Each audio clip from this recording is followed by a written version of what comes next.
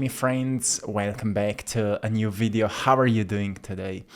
As we are moving through these extreme times, it's more important than ever to take care of ourselves and to learn to cope with everything. If you're more intuitively empathic, you may sense all the craziness that is happening on the world, all the purification, everything that's coming out and being presented to us as it was presented to us.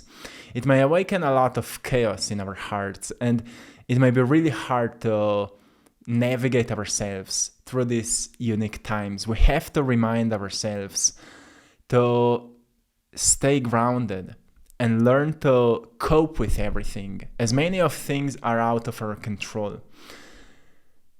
What is in our control is how we choose to experience this, how we choose to work with this, and how we choose to navigate our own energy and transmute what's happening into something greater. As we see, wars are happening, what's happening with Israel and Hamas. We may feel powerless when we're seeing so many innocent people dying, so many innocent people being injured. It may be really heavy for many of us.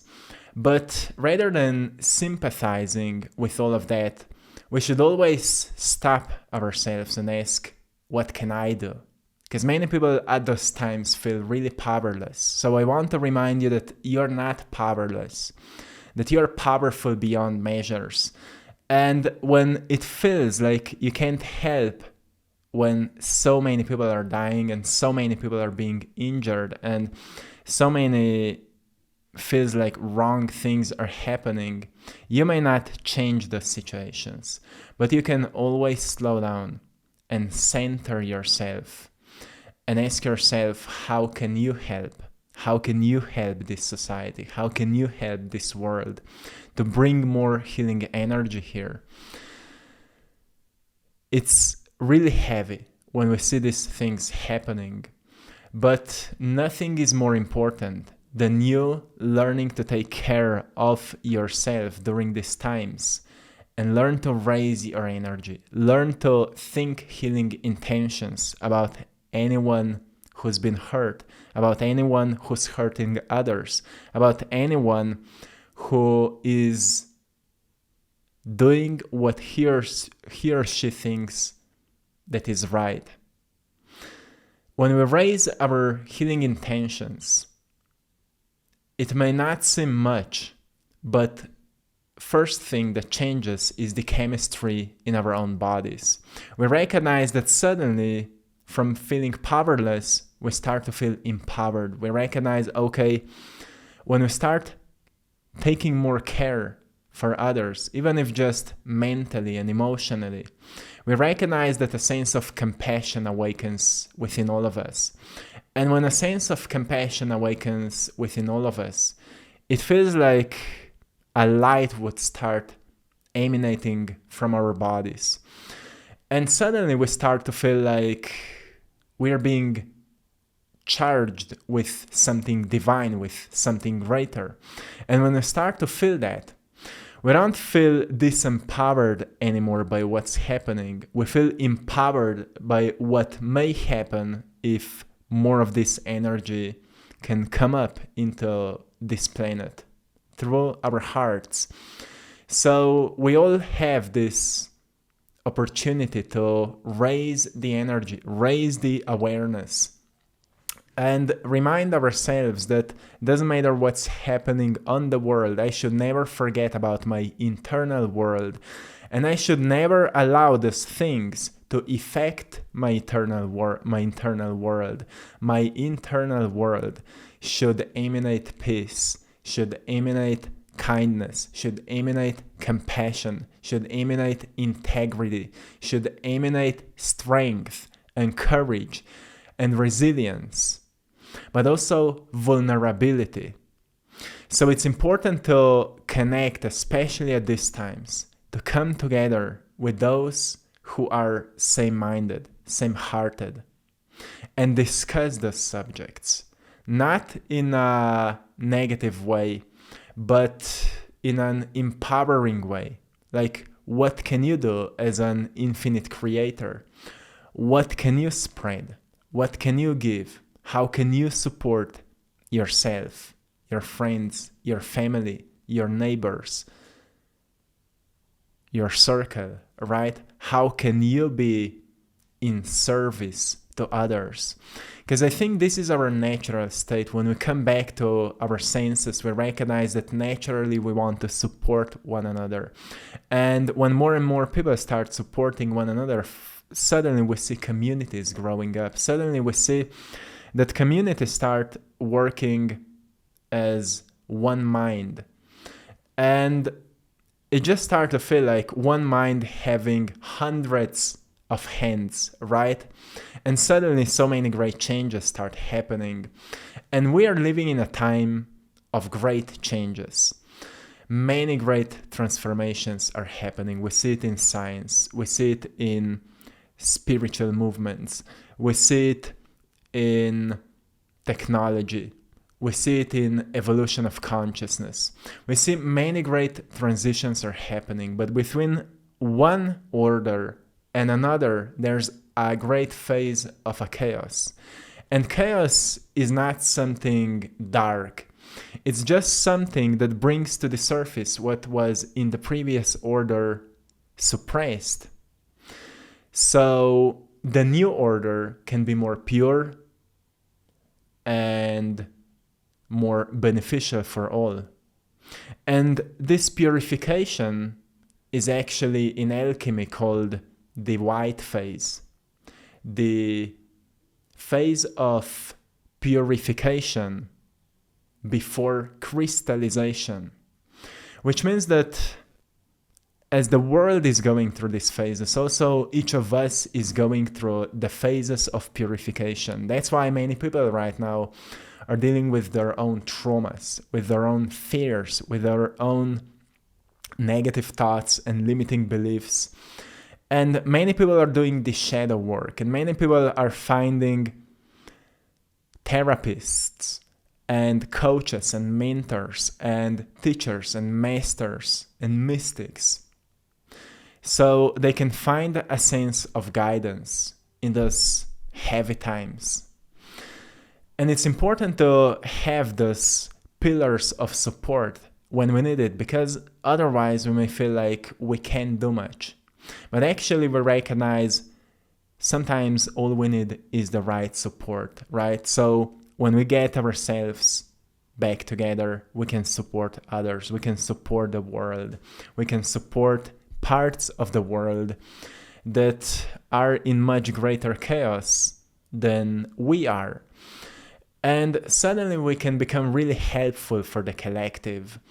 And I think that's what the world is encouraging us to do, what the universe is encouraging us to do, become really helpful for others. Because I'm sure many of us have been kinda asleep until now. And we all know that we have great potentials within us. We all know that we are capable of much more than we are doing, but we all need sometimes wake-up calls. And when things like that start happening, those are our wake-up calls. But many people are ignoring them. Many people are just complaining about them and gossiping about this and ignoring it and, just pretending like nothing is happening.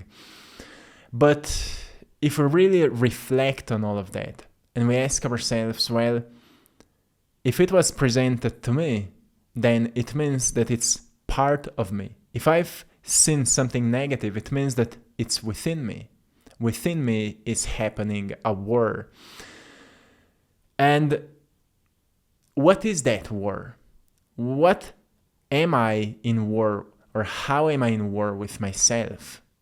Am I honest with myself? Am I truthful towards myself? Am I kind towards myself? Am I loving towards myself? And that's where we recognize, well, as much as wars are happening outside of us, wars are happening within us. So we really need to look within to find solutions, right? Because once one person heals a certain aspect of him or herself, that person changes. And the world can change The world can't change without you becoming the change. And we recognize, okay, I guess I have to change. I guess I can't live the same way as I did until now, because there's so much of unfamiliarity within me, and I want to become more familiar with this, right? And when we come together and do this work together, something really empowering happens. We open up, we become vulnerable, but we feel safe with one another. We feel safe because each of us is dealing with our own battles. Each of us is moving through similar challenges. And once we become vulnerable, we become seeds of a new life. Seed is always opening up before it gives birth to itself, right? To a plant that grows through it. So before a new birth, there must take place vulnerability. We must open up. We must have open discussions of what's happening within ourselves. We must open up and talk about our fears, and talk about our sadness, and talk about our angers and frustrations, and be honest when it comes to that, so we can enlighten our own darkness. We can't, feel miserable about the darkness on the world without identifying the darkness within ourselves. And once we do this work, we naturally become more loving people. Because deep inside, we discover our natural state. A natural state is what Creator meant you to be, which is a state of a creator. You become really creative. You become really resourceful, really loving, really skillful. You become well-balanced, well-grounded. And you start to look at your sensibility, at your senses, or at your capabilities and abilities really purposefully. You don't say to yourself anymore, oh, I'm so emotional, what's wrong with me? Oh, I'm so sensitive, what's wrong with me? You start asking yourself, oh, if I'm so sensitive, how can I make my senses useful? And that's where your body will start talking back to you. It will start showing you signs, synchronicities. You will notice the universe was always guiding you, but you've been ignoring the guidance. Now you will notice that your sensitivity allows you to sense what most people don't sense, to see beauty where most people are focused only on their futures and their pasts,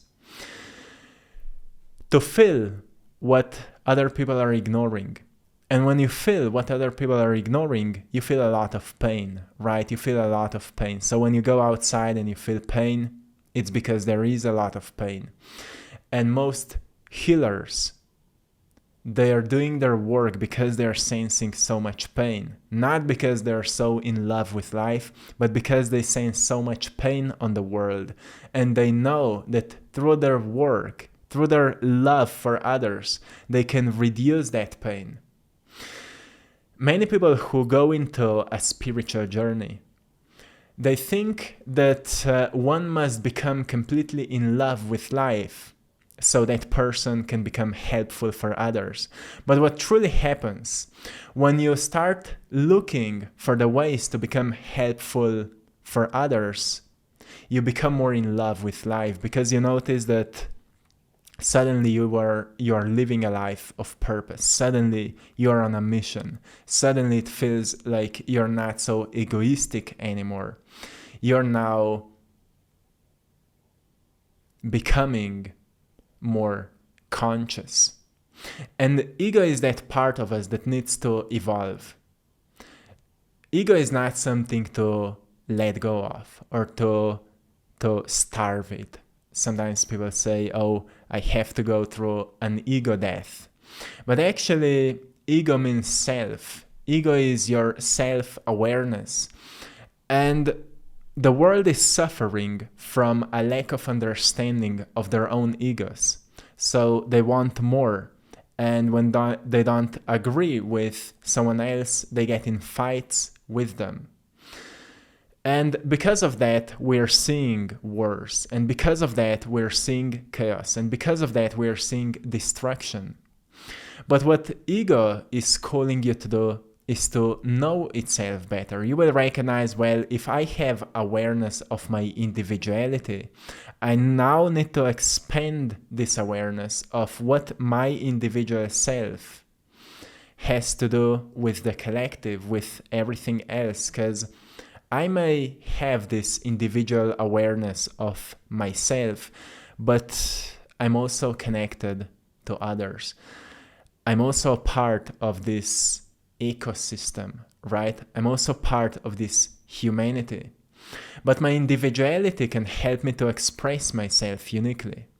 I can do it through fights, or I can do it through creative work. I can do it through rejecting others and suppressing others and blaming others, or I can do it with helping others and healing others and being an instrument of a creative force or intelligent force that moves through me. And for that, we have to develop a sense of awareness of our inner quietness, right? What happens when we detach from our five senses? We recognize there's a lot of mental chattering. Again, mental chattering is a cause of many chaotic behaviors. So once we start dealing with our own mental chattering and we learn to calm it down by studying ourselves, how to calm down our nervous system, our bodies, we recognize that we enter into a deep quietness. And in deep quietness, there's a hidden wisdom. And this hidden wisdom is accessible to you, but you have to be worthy of it. And to be worthy of it, it's not like we're used to live in a Western society when we're thinking that to be worthy of great abundance, you have to do a lot of hard work. Here's just the opposite. To be worthy of your inner wisdom, you have to learn to be really gentle and loving and kind towards yourself. It's just the opposite work. And that's how you notice how the universe actually works. It works through gentleness. It works through inner harmony. It works through great listening and compassion. That's how wisdom comes across your awareness. And sure, often people say when they hear something like that, well, when somebody does something wrong, gentleness and kindness doesn't help. They will just do more wrong things. But they only do wrong things because somebody fed them with wrong information.